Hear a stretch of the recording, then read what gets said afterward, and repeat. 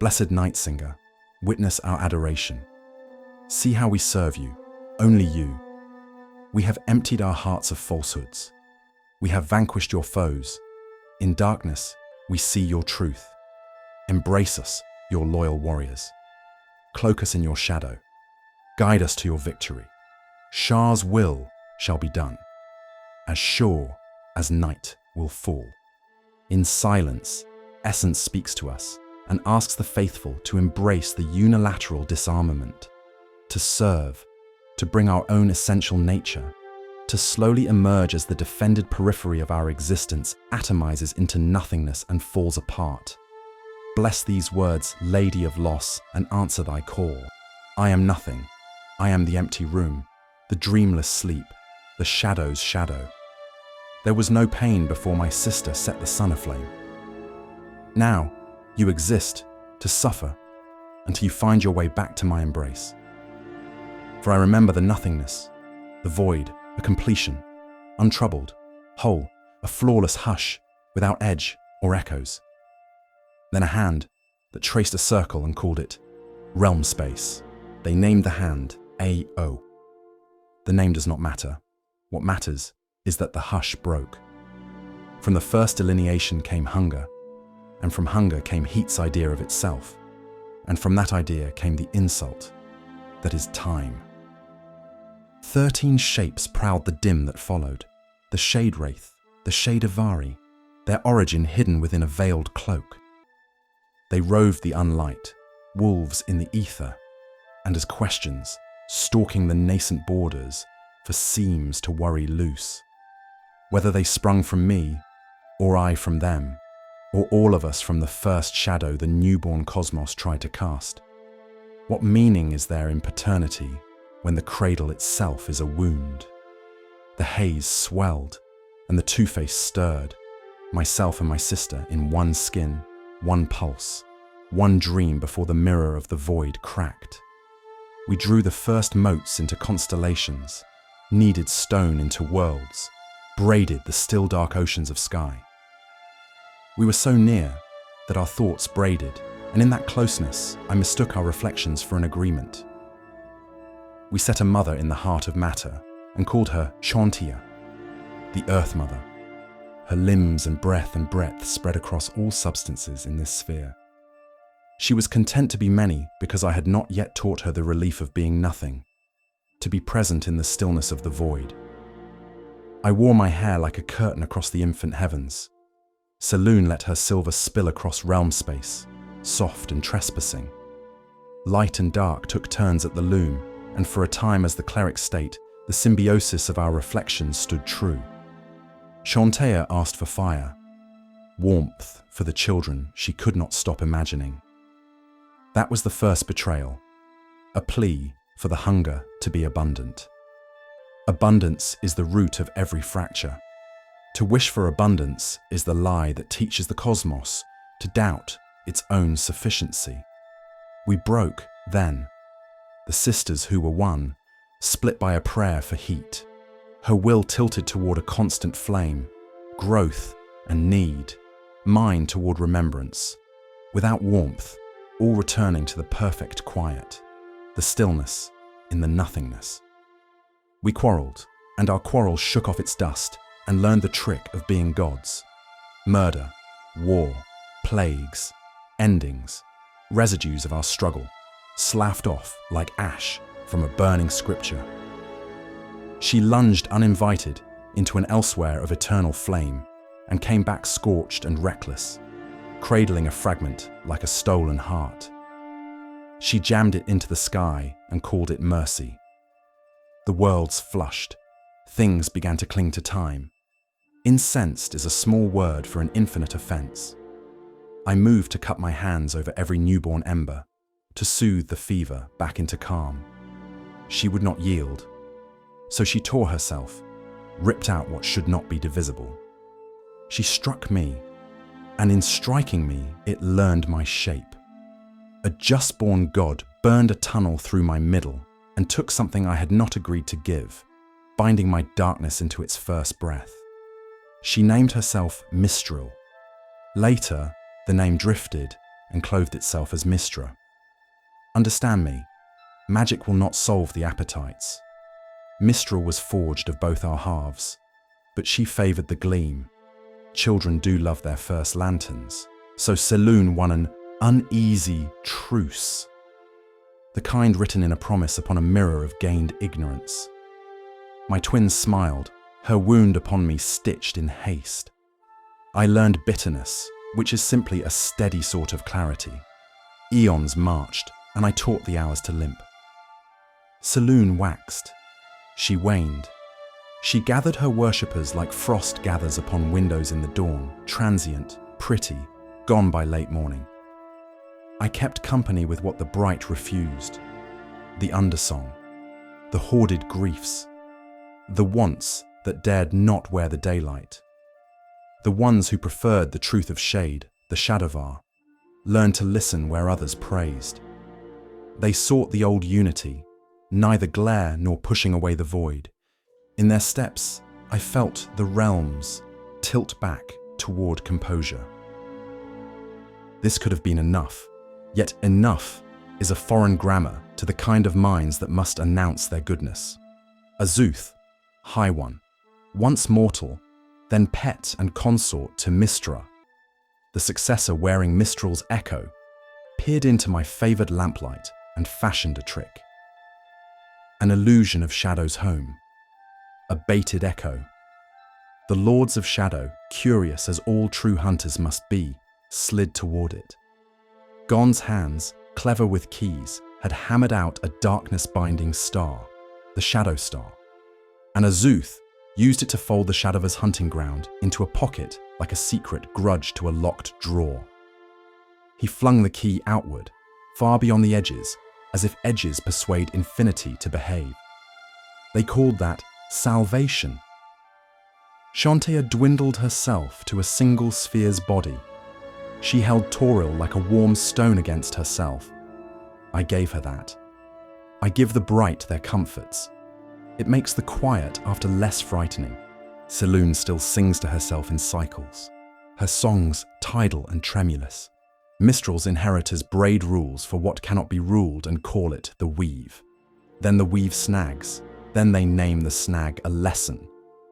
Azuth glows with the smug serenity of dioceses and judges. What is a vow? It is a shape the mouth makes to escort a certainty already living in the bones. I am the memory that shelters loss until it remembers it was freedom all along. After Lord Ao created the universe, the swirling chaos coalesced to form twin deities. Saloon, a being of light and creation, and Shar, a power of darkness and destruction.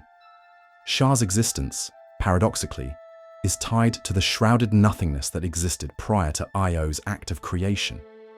Shar reflects the primal dark, the flawless void erased at the beginning of time by a distant, unconcerned overdeity. Her heart longs for a return to the calm of non-existence, and she schemes from the shadows to tear down establishments, destroy order, and undermine all creation. Religious art depicts Shar as a black sphere outlined in magical purple flames, or a beautiful human woman with long, raven-black hair, dressed in swirling dark garb. In this guise, her haunting purple eyes have coal-black pupils that reflect the primeval void. Since her earliest battles with Selûne, which continue to this day, Shar has gained dominion over pain hidden but not forgotten, carefully nurtured bitterness, and quiet revenge for old slights. Deeply twisted, the Lady of Loss favors secrets, underhanded dealings, and subterfuge. She uses her mortal worshippers as pawns in a perverse game against everything that has been, is, and will be. Patron of the Shadow Weave, a corrupting magical force based upon nothingness and mad secrets, the Mistress of the Night bolsters her impressive power with temptation and guile. Shar's love of secrecy serves her clergy well, and most residents of Faerûn know very little about her mysterious cult. All regard her as a dark and vengeful deity, but many seek out her servants in times of grief or bereavement. There is a pervasive belief that her clergy aids those who have been wronged or who have suffered a great loss. Instead of offering release from the pangs of grief, though, Shar's clerics reinforce supplicants' regrets and feelings of betrayal, turning their focus to bitterness and vengeance. Good clerics, particularly those of Mistra, Lathander, and of course, Saloon, warn of the dangers of seeking such solace, but the lost often get in the way of better judgment, and the ranks of Shar's clergy swell with each passing year. Loss is the nature of Shar. One of the dark gods, she is a deeply twisted and perverse being of ineffable evil and endless petty hatred and jealousy. She rules over pains, hidden but not forgotten, bitterness carefully nurtured away from the light and from others, and quiet revenge for any slight, no matter how old. She is said to have the power to make her devout followers forget their pain. Yet what occurs is that they become inured to the loss, treating it as a common and natural state of being. The basic inanity of life and foolishness of hope are the cornerstones of Shar's being. She revels in the concealed, in that which is hidden, never to be revealed. She can always clearly perceive every being, object, and act performed within darkness. In temples, representations of the goddess are either a black sphere outlined in racing, magically animated flames of purple, or paintings of a beautiful human with long, raven black hair dressed in swirling dark garb. She smiles coldly, and her large eyes have black pupils and are otherwise solid purple. Shar is the mortal enemy of Saloon and battles her ceaselessly on many planes through mortal worshippers and servitor creatures.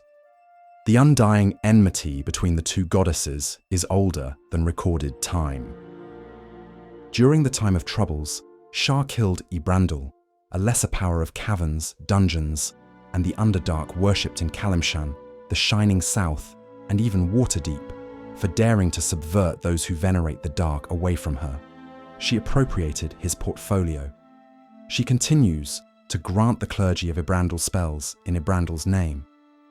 She is quietly delighted that she is able to use this puppet church to subvert the worship of Saloon without drawing attention to her most faithful worshippers.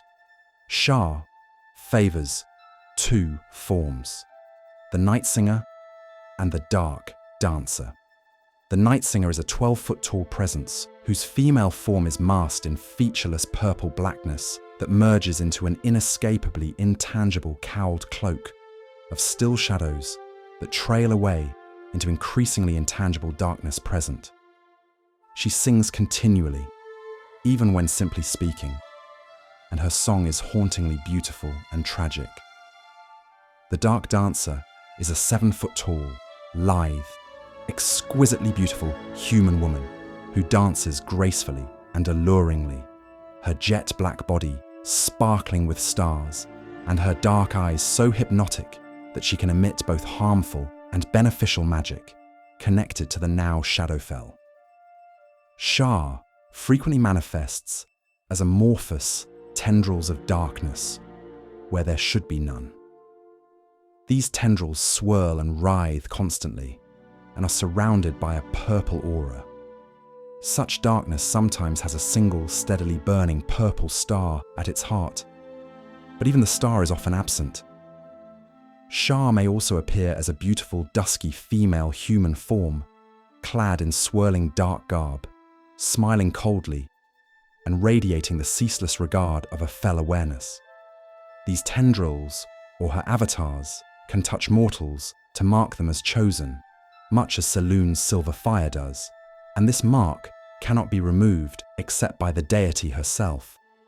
Those marked are utterly loyal and unable to ignore them. The tendrils do not speak, but they radiate faith-chill auras that can terrify beings and attract shadows, spectres, and wraiths of all types. When Shar so wills it, her tendrils can summon all these undead monsters and other mysterious shadow monsters, slaying them as messengers, guards, and servitors. The Underdark, the lightless lands. There are no shadows in the Underdark, no areas of mystery where only the imagination can go. Before a towering onyx likeness of Shar. Her veil carved in stone, a dark justiciar knelt.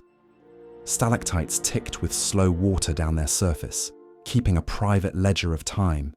Faint phosphorescence and pharisres made the statue's edges waver and come into view, although still almost imperceptible. The shadow cast by the idol lengthened against all logic of torch and fungus glow, gathering until absence became a presence. When her voice arrived, it appeared in the hush between the justiciar's heartbeats, widening it into a corridor. The Lady of Loss, silence, and the void answering the call, her harmony heard within the mind of the faithful. Listen, faithful one. I am not still. I am the black tide turning under your ribs, season upon season. Call me silence and think of the void in your heart and hold that tightly. I will disappoint you gently. I move through the emptiness that is often overlooked. Your skepticism puts on its mask.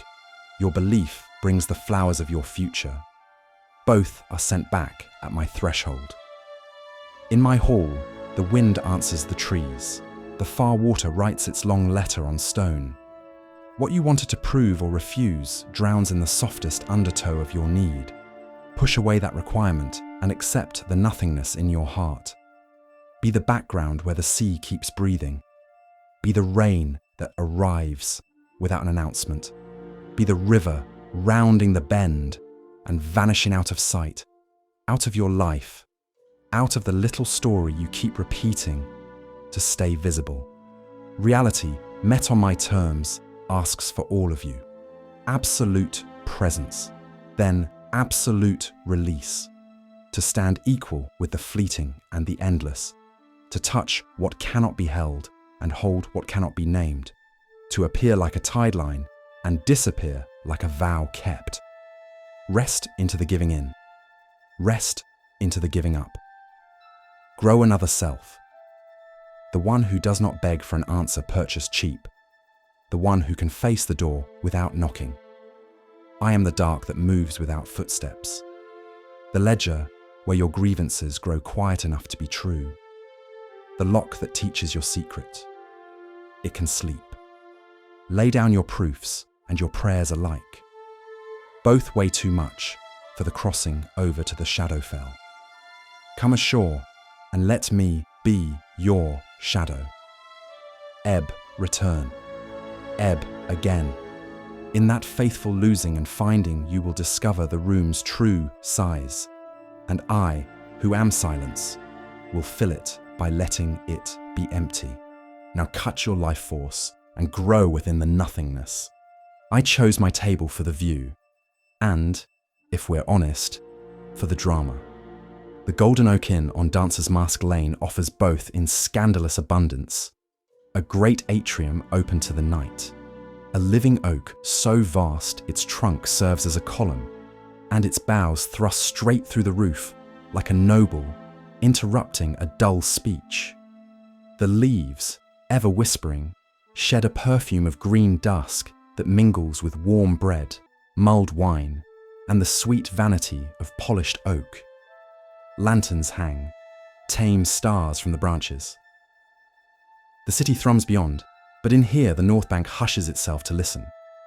It is under this kindly giant that your humble author, noted traveller, occasional diplomat, and, some say, professional survivor, opens a sable-bound tome. Volo's Guide to Shar. The innkeep, bless him, set down a candle stub as if to save me from the dark. The flame guttered, reconsidered its life, then steadied, proof that even small lights may be taught manners. Now, to the reader who wonders why a convivial fellow such as Volo would write on the Lady of Loss in a house of laughter and ale, precisely because the oak is here, This tree, lungs lifted to the stars, remembers storms and summers. It stands as witness that some things endure. And when one writes of Shar, she who abides loss, and the void, who cradles grief until it hardens into a weapon, also, the atrium is excellently lit. A man can chase shadows better when he sees where they begin. Chapter 1. The Lady of Loss, in which a candle fails, a knife gleams, and thy humble author learns how loud silence can be. I found the cavern by scent before my sight, the damp of old stone and the metallic breath of a brazier dying by inches. Its glow was the colour of a gold coin rubbed thin, hardly enough to sketch the outline of an altar rock, let alone the figure upon it. A knoll, trussed and breathing shallow as a bellows at the end of a long winter. Beside the altar stood the celebrant, Jabrena, priestess of the Lady of Loss, leather dark with faint shadows outlining its purple sheen, and it shimmered with purpose. Her hand rose, and the ceiling's teeth of stalactite took on a brief, baleful shine. Lady of Loss, favour me now, she said into the thick, velvet dark. From her belt, she drew a razor ring, a chakram honed to the outline of a dark moon. She lifted it to the cavern roof with one hand, and with the other, splayed her fingers toward the unseen, toward she who hides, if one must name the nameless. The brazier guttered again, as if embarrassed to be seen. Mistress of the Dark, favour me now. There is a particular anxiety that comes when a room grows quieter than silence, so that the echoes of your thoughts almost feel as if a weight on your shoulder. I felt it then. The dark thickened, the way ink does, when an apprentice leaves the stopper off the bottle. The studs on Jabrena's armour caught the brazier's last sigh. The knoll's ribcage rose and fell once, twice. Dark deity, favour me now. The chakram descended, slowly, deliberately, as if time itself had been persuaded to watch. I turned my head. Not from squeamishness, mind you. Professional discretion. One does not stare rudely at mysteries. It is told by sober mouths that after Lord A.O. shaped the first edges of the world from formlessness, the swirl of what was became two: Selûne, bright mother of beginnings, and Shar, the velvet void that remembers what came before beginnings. There's a paradox at the heart of her. She is the echo of the perfect absence that existed before the first word was spoken, the first star dared shine. She longs, I am assured by those who listen well to whispers, for the calm of unbeing, for the world's inks to run and the page to be made pristine again. To mortals, this high void reaches us in smaller, sharper shapes. Shar holds dominion over what is lost but not gone, pain kept like a pressed flower, grudges tended as a midnight garden, revenge distilled drop by secret drop until it is clear as glass and twice as sharp when broken. If Selûne sings of tides and change, Shar hums low of endings that pretend to be comforts. The forgetting of names, the extinguishing of candles, the rooms of the heart we lock and never enter. Her likeness. In sanctums and undercrofts, I have seen a black sphere rimmed in violet fire, the sort of fire that gives limited heat and leaves the skin prickling with frost. When she takes a human guise in art, it is as a woman of midnight hair and storm lantern eyes, purple irises with pupils dark as the gap between stars in the night sky. The robes swirl, the light recoils, and one understands why artists go through charcoal by the cartload attempting her contours. They never get the quiet right. It is the quiet and the absence of all that defines her. Shar is the patroness of secrets and their stewards, the letter kept, the ledger altered, the promise made with lips that never meet the light. She hates edifices that stand too long and truths that shine too plainly. To build is to invite her undoing, To map is to tempt her uncharting, and so her servants work by subterfuge. Ink first, knives second, whispers first, fire last. Some say the Shadowvar of Thultanthar were her choicest pawns. Others will tell you that Shar has no pawns, only pieces, in games that never end. Both statements are, I suspect, true from a different lamplight. And then there is the matter of the shadow weave, an exquisite absence, a lattice of the not there that answers to those who learn its threads to the corners of the Shadowfell. Imagine, if you will, magic drawn differently from the sunlit skein that most arcanists pluck, but from the echo left when light departs, a music for those who have trained their ears to hear what song isn't sung. To touch it is to court a sweetness that tastes, eventually, of ash. I have watched good wizards turn their faces ever so slightly away from dawn after supping at that well. Her feud with Saloon is older than calendars, and, like all old quarrels, has learned patience. Do not think the moon wins by shining, nor the dark by smothering. They wheel, and we below set our hearths by the rhythm of their disagreements. Some nights, the tide serves sailors. Other nights, secrets are served in cellars with a nod, and no word afterwards. Back in that cavern, the brazier coughed out one final ember and died. The air shifted, the way a crowded taproom does when the musicians lay down their lutes and everyone remembers they are tired. Jabrena lowered her blade and spoke a last word I did not catch. The gnoll's breathing stilled into something like sleep, or like an answer accepted. I left a coin on the threshold. For whom? A fair question. For loss itself, perhaps. Payment in advance. My boot found a loose stone, and it skittered into the dark, rattling like small bones in a storyteller's cup. Chapter 2. The Clergy of the Lady. Of secrets bought dear, grief bottled black, and a Sembian scandal whispered at the right ear. If Shar is the hush that follows every song, her clergy are the ones who teach folk to listen for it, and to love it. Most good townsfolk of Faerun know little of the lady's hidden folds, by design.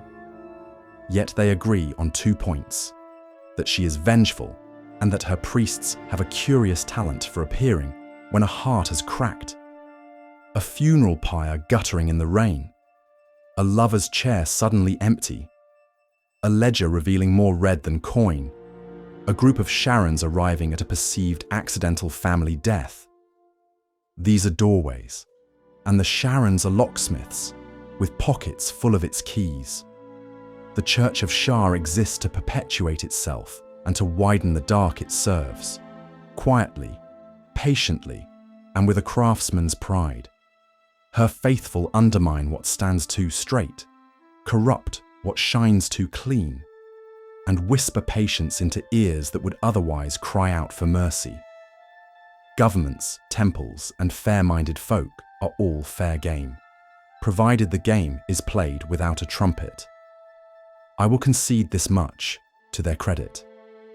Most of the black work is not done for personal coin, but from a devotion so absolute it has no room left for scruples. One may find such zeal admirable in statue, less so in practice.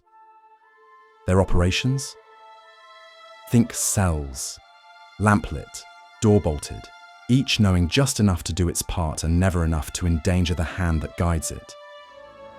A courier bears a satchel across 3 districts and doesn't know if he carries letters, poison, or prayers.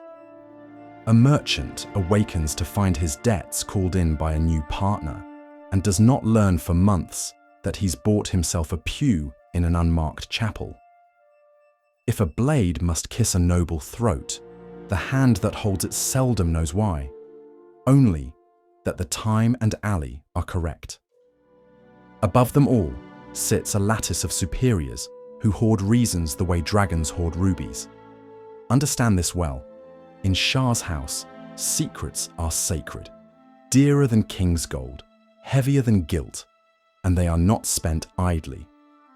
A Sharan who offers a confidence expects one in return, and if you provide a copper when they've tendered a crown, you may find the exchange rate corrected with interest.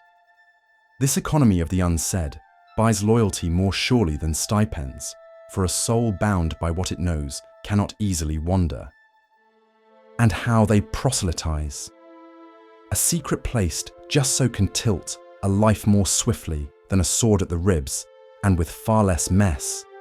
I shall give you a recent Sembian example. Sembia, being a nation that produces secrets as easily as it does silk. There was a countess of means and manner, her salons a ripple with laughter, her marriage a tapestry displayed for admiration. Only the fresco had a hidden stitch. Her beloved husband was conducting an ardent embroidery with her sister.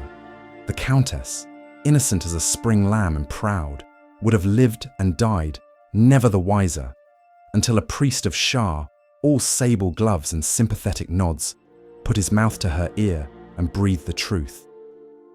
Watch then how the potion works.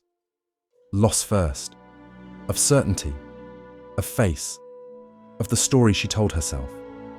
Jealousy next, sharp as broken glass, measuring every shared glance she had once dismissed. And finally bitterness, that slow black syrup that coats the heart and makes sweet things taste false.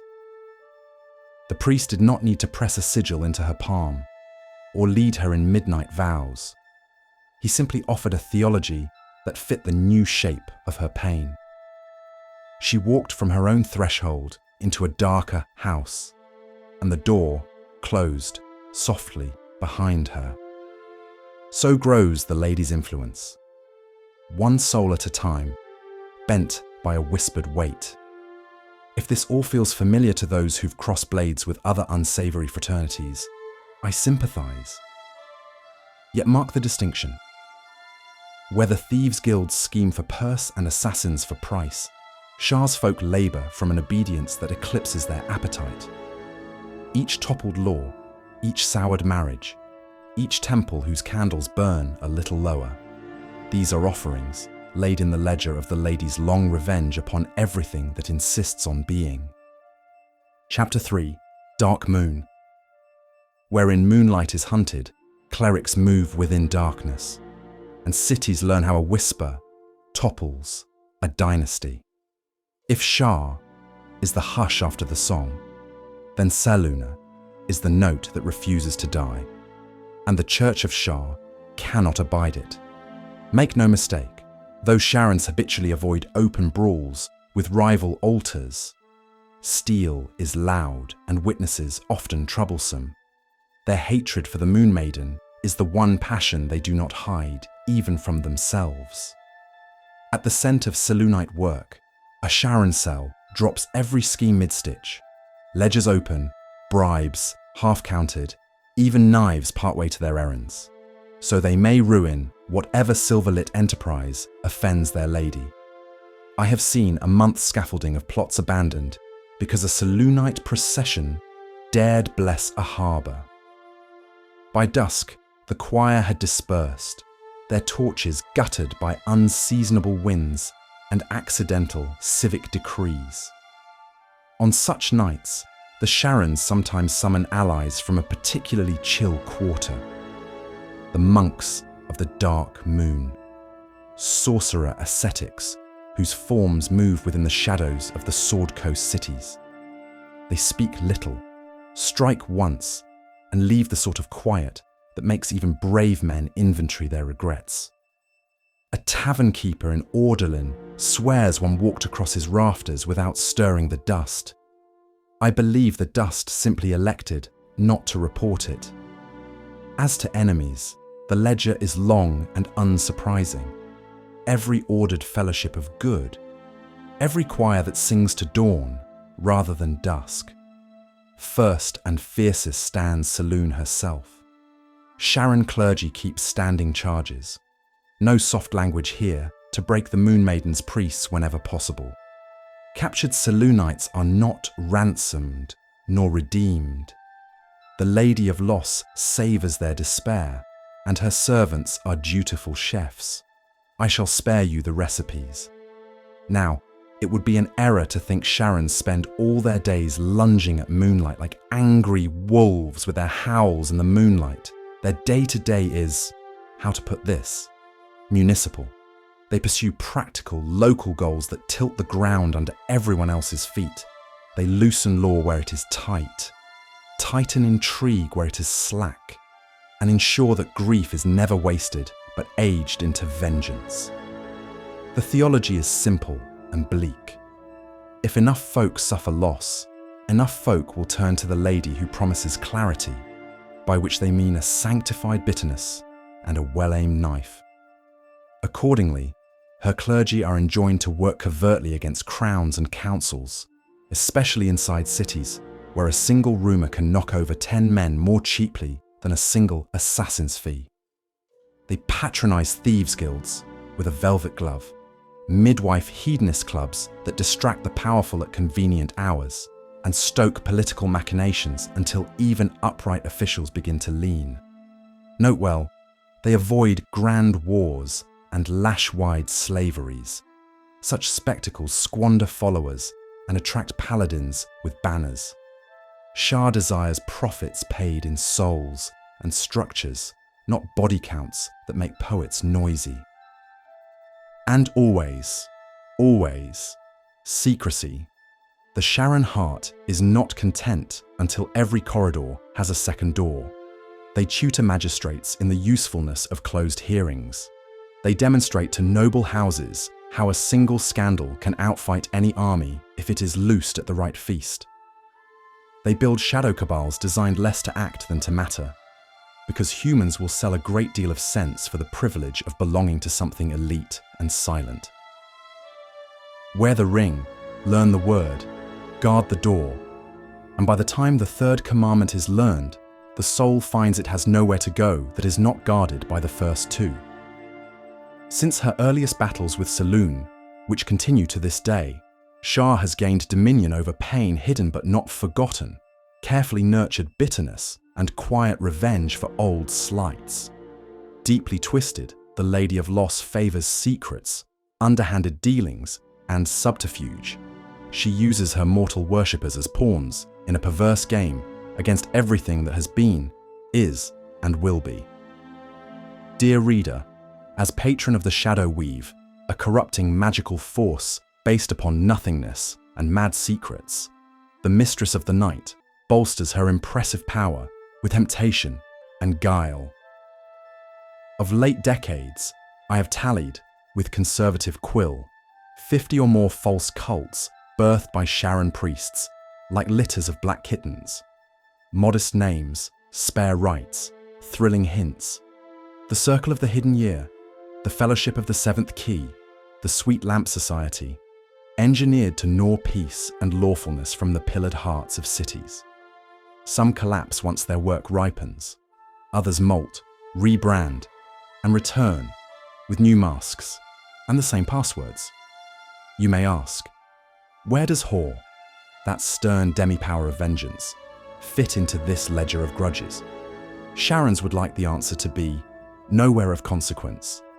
They labour to advertise Shar as patron of avengers, rerouting the desperate and wronged into her pews before Whore's bailiffs can clap them on the shoulder and point them toward courts or oaths. If a widow must have satisfaction, why content her with measured judgment when blessed bitterness will do?